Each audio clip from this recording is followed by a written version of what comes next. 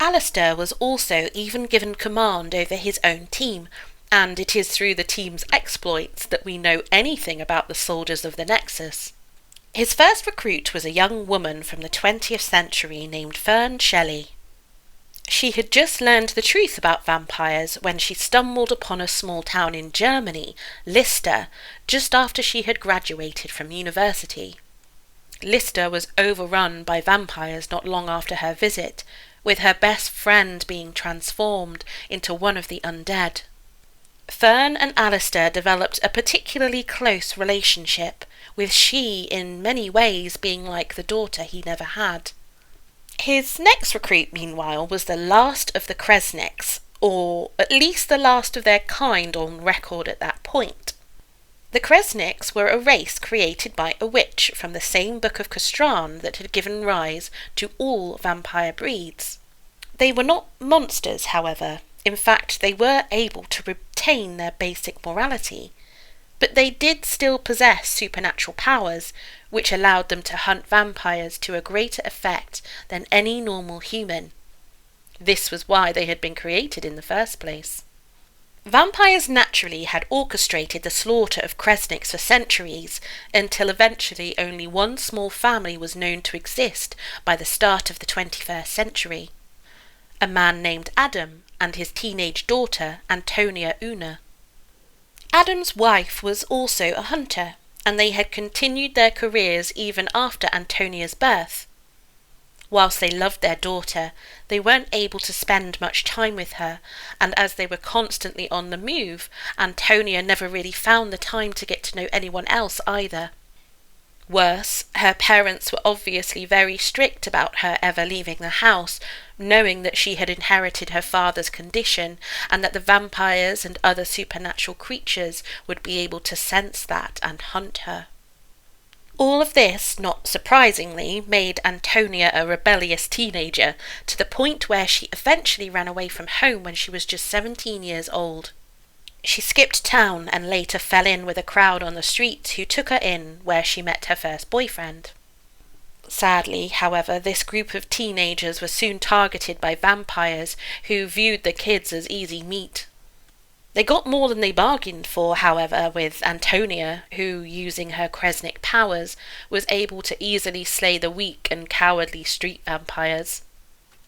Following this, Antonia returned home to her parents, having finally seen the importance of their war against the undead, only to discover that in her absence they had been killed. In their desperation to find their daughter, they had let their guard down and fallen victim to a vampire queen named Michelle, a long-standing enemy of her family. Antonia became obsessed with taking Michelle down, and trained her friends to become an army of vampire hunters. She did so under the pretense that it was the only way they could ever be safe from another attack, which they all readily believed. She was later able to lead them to Michelle's city, where the vampire had a reputation as the owner of a larger company. At first, Antonia kept her reasons for wanting Michelle dead from the others, and when it did come out, they very nearly turned on her, though by that stage they were in too deep to simply retreat from Michelle, who had considerable influence in the city. Antonia's team put many of Michelle's operations out of action and caused her considerable losses. Michelle eventually responded by placing several new species of savage vampires, captured from all over the world, onto the streets, which led to chaos, and the town eventually becoming overrun. Even though these vampires forced Michelle to leave the city, she was happy to do so if it meant defeating her archenemy. She had about 7 bases all over the world she could retreat to as a result of her wealth anyway. Almost all of Antonia's team were killed by the vampires, with those who weren't fleeing. Antonia elected to remain behind, believing that she did not deserve to live, for dooming the town in her quest for revenge. It was at this point that she was approached by Alistair, who was able to convince her to join the Nexus soldiers. Sadly, he wasn't able to appeal to her better nature. It was only through the promise of revenge against Michelle that she agreed to join him. Antonia was something of a wild card among Alistair's team, though she and Alistair still nevertheless formed a close bond. She was like his more troublesome daughter compared to Fern. Another recruit of Alistair's was Gina, who came from the age of Tyros. This period will come several hundred years after humanity joins the Federation. At some point after the 25th century, the Federation will come into conflict with a hideous race of octopoid creatures known as the Hylexans, who will eventually destroy the Earth with magical missiles. Only a few covens of witches and warlocks will survive on the remote island of Point Nemo, where, over the course of 100 years, they will use a spell to restore the Earth, covering it in a magical forest, with many life forms being revived as an unintentional side effect. Dinosaurs will, once again, stalk the land, and the vampire horde will be restored, and be at its most powerful on Earth, at least. Gina's mother was killed by vampires, and she was subsequently taken in by them and broken into being the bloodsucker's servant, who in turn helped sell out other human cities and communities to the undead for years afterwards. Following a battle against the vampire's enemies, Gina was captured and tortured by vengeful humans, but she managed to escape and separate from the vampires who had broken and twisted her. On her own, she soon saw the error of her ways. Desperate to make amends, Gina ironically became one of the vampire horde's greatest enemies, earning the nickname of the Queen of the Forest. After the war, however, Gina lost her purpose somewhat. She was over 100 years old, though thanks to the magics of Tyros, she only looked in her early 30s. Alistair recruited her from this period, allowing her to continue her war against the vampires to a greater extent than she thought possible. Gina was only too happy to get out of Tyros. In spite of her heroic actions, many had not forgiven her, and she had also endured many horrific losses during the war. In other times she could at least slip into the shadows and focus entirely on her work against the vampires. Whilst she and Alistair had a strictly platonic relationship, they nevertheless served as surrogate parents to the other members of the group due to their advanced years.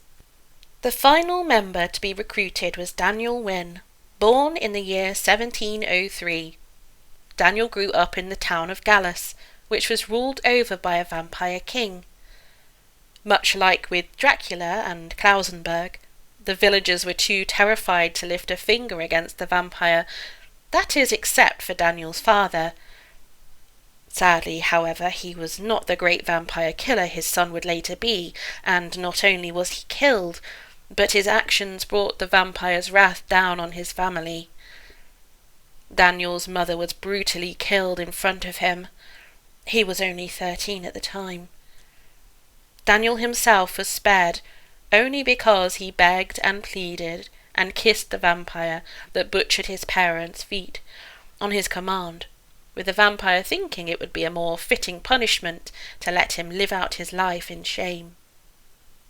Sure enough, Daniel became a laughingstock among the rest of the villagers.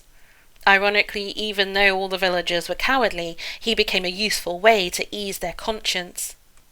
After 5 years of shame, Daniel finally decided to avenge his parents and joined a far more effective team of vampire hunters who had also set their sights on the village. Alistair, Gina, Antonia and Fern. They had arrived as the vampire king that ruled Gallus was preparing the transfer of several tame Jiangshi, powerful savage vampires, to use at strategic points against the last of the Vandals' power base. If not stopped here at this point, this single vampire's actions could lead to a timeline where the supernatural were exposed to the wider world centuries earlier, leading to a full-out war across Europe, ending in a vampiric victory. Using Daniel's inside knowledge of both the castle and the village, the soldiers of the Nexus destroyed the Vampire King's castle, his minions, the Zhang-Chi, and finally allowed Daniel himself the honour of slaying the king. Afterwards, Daniel was recruited by Alistair, who saw potential in the boy. Over the next few years, as a result of his training and experiences on more missions throughout time and space, Daniel became one of the most effective and skilled vampire hunters in the entire Nexus army. Sadly, however, things became somewhat complicated, as over the course of their adventures together, Daniel and Antonia, who had always had the closest bond and were of similar ages, fell in love with one another. They tried to keep it a secret from Alistair. Antonia even used to joke that Papa would have shot Daniel if he knew. When Alistair did find out, however, he was surprisingly supportive. Whilst he did warn that perhaps their feelings could compromise their mission, at the same time, given his love for the team as a family, he acknowledged that he was in no position to judge them. Antonia and Daniel remained together for many years and faced several powerful adversaries together, though their greatest adversary was ultimately Zandros.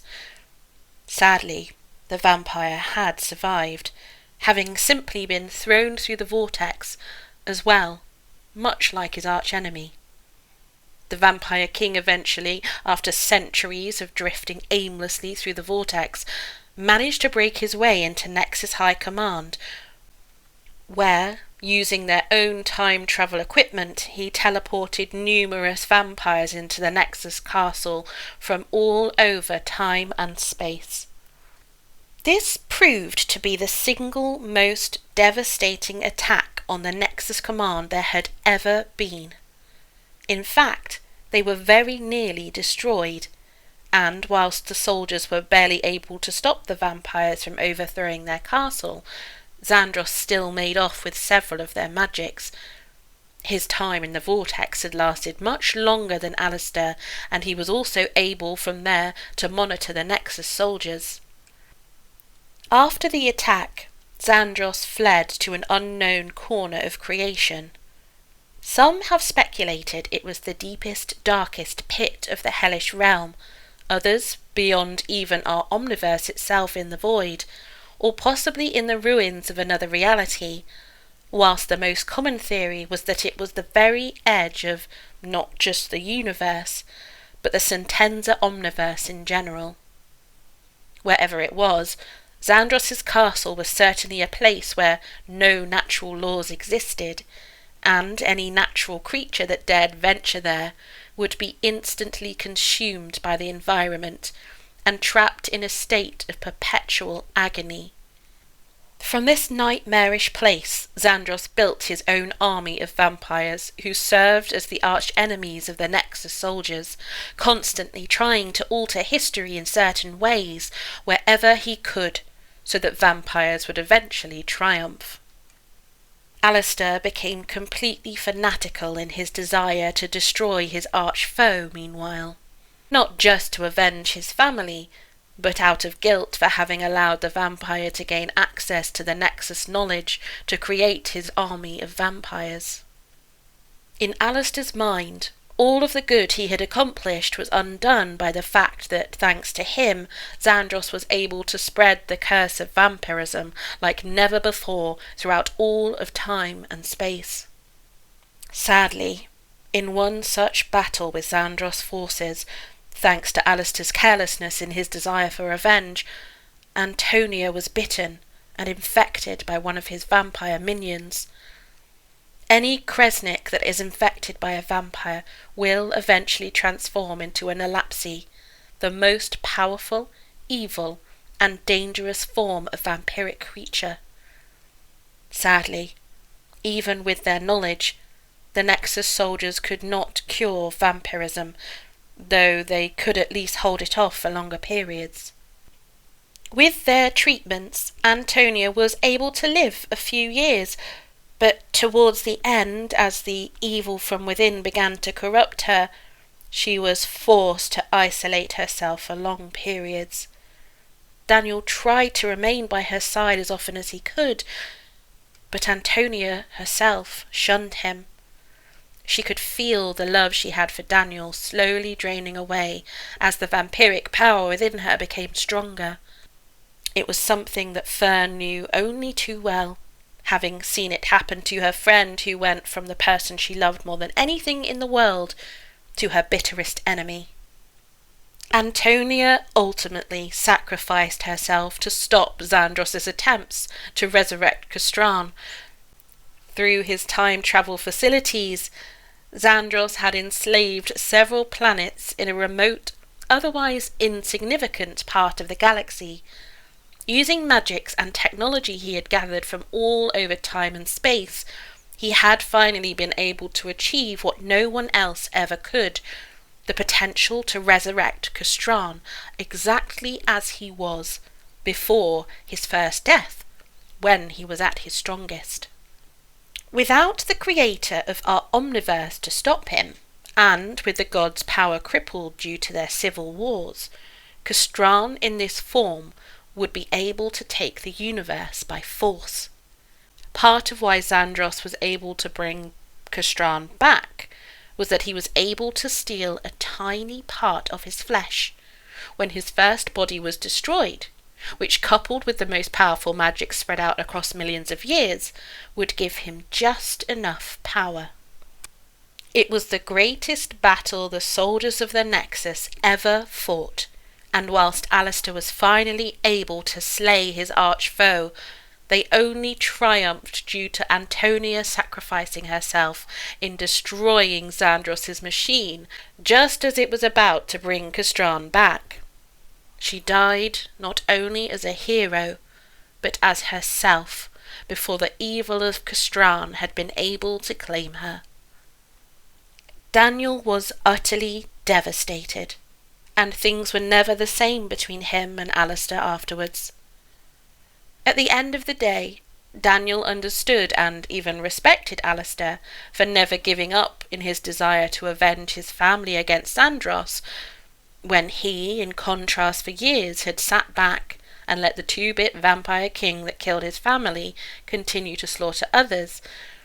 Still, it had been at least partly Alistair's fault what happened to Antonia, and in time Daniel left Alistair's group and soon took on his own protégée, Kelly de Lorenzo, a young girl from Los Angeles in the early 21st century. Kelly, who was born in 2003, had become aware of the supernatural when, during a huge earthquake in 2023, she and her family, who were trapped within a damaged building, were attacked by vampires who were taking advantage of the disaster to pick off stray survivors. Only through Kelly and another man named Julian Masters' determination were she and her family able to escape both the disaster and the vampires. Julian and Kelly, who entered into a relationship, were subsequently involved in helping to rebuild LA afterwards and hold off the vampires who continued to try and exploit it to their own ends. Sadly, in 2025, Julian was killed, which led to Kelly burying herself in her work to a greater extent than ever before. It was at this point that Daniel recruited her. He served as something of a father figure to her, ironically as Alistair had once served to him. Daniel and Kelly, however, were later abandoned, alongside Gina, by the soldiers of the Nexus in the year 1969. The soldiers did not want to leave them, but sadly they had no choice, as their history said that all three were stranded in the year 1969, and that all three had subsequently taken part in many important battles against the supernatural in 20th century Earth. Alistair did not want it to end this way, but he was powerless to stop it. Sadly, this also meant that Kelly was separated from her parents too, who she had also left on bad terms. Still, Daniel, Gina and Kelly soon joined the contemporary organisation known as Rentros, ironically founded by another member of the Cushing family to combat supernatural threats. All three of them had worked twice before with the British branch of Rentros when they were part of the Soldiers of Nexus. During those two adventures, one of which was to stop an invasion from the Martian vampires, the trio worked with a man named Rick O'Connell, the captain of the British branch of Rentros. O'Connell had first discovered the truth about the supernatural in an expedition to Egypt where he ran afoul of the resurrected mummy, Imhotep, in the 1940s. It was also during this expedition that O'Connell first met his wife, Evelyn, with the two having a child, Alex, born in the 1950s. O'Connell welcomed Daniel and Kelly in when they were both trapped on Earth, and even set them up with accommodation too. The two developed a very close friendship with O'Connell, though now and again there were clashes, as O'Connell, like most in Rentros, had a dogmatic view of the paranormal and viewed them in a similar way, something which Daniel naturally knew not to be the case given his relationship with Antonia.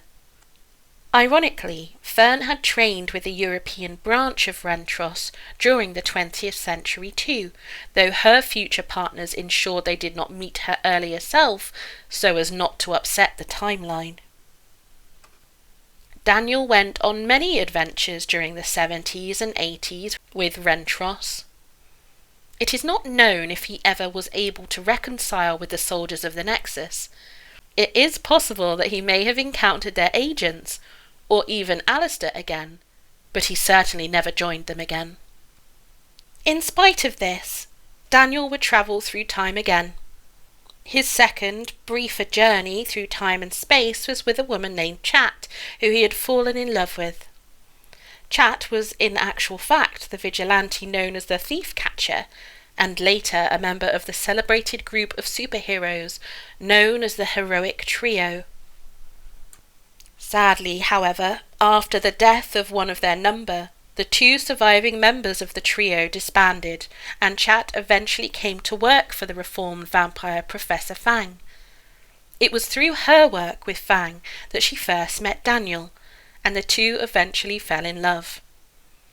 Despite Rentros's own distrust of Fang, Daniel sought his help on a number of occasions, as he had ironically encountered the vampire's future self on missions, and knew he was a hero. Sadly, however, when one of Fang's earliest time travel experiments went wrong, Chat and Daniel were sent through time and space to another world in their attempt to contain it. Only with help from Fang, who was still able to contact them telepathically through a link with his magics, were Daniel and Chat able to find the other anomalies created by his spell, which took them through numerous different periods and worlds before they eventually arrived back in the 20th century. Daniel and Chat's romance, sadly, was not to last, however. Her activities often put her on the wrong side of the law, as she was a bounty hunter first and foremost. While she usually only hunted supernatural creatures, she wasn't afraid to target those in high places who protected them either, and eventually even Fang was unable to protect her, forcing Chat to go on the run. Daniel in his later years moved to Evermore in the Highlands of Scotland in the late 90s, and lived there for the rest of his life. During his time in the Highlands, Daniel came to work for Scathach, an organisation that had been set up to deal with the paranormal in Scotland many centuries ago. Scathach differed from Rentros in that it had a more tolerant view of the paranormal. Scotland had been a hotspot for the supernatural since the days of the Roman Empire. As it had been one of few countries that had resisted the rule of the Romans, then numerous vampires, demons and monsters had fled there, following the Roman Emperor Trajan's wars against the vampires.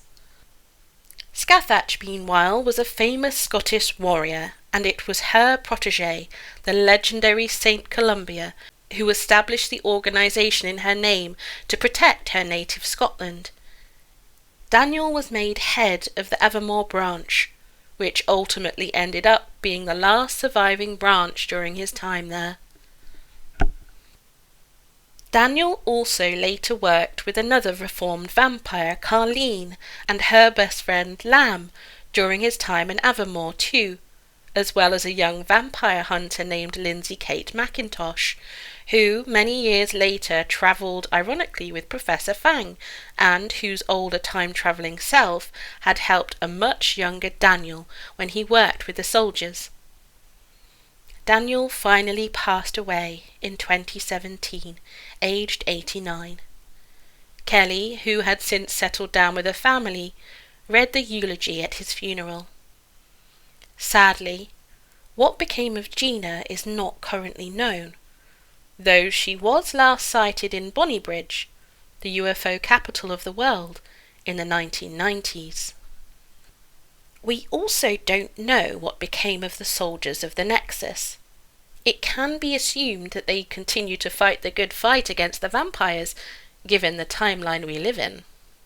Still, at least through Daniel, we were able to gain a small idea of their accomplishments and what we owe them, as well as the true extent of how dangerous the vampire horde truly are.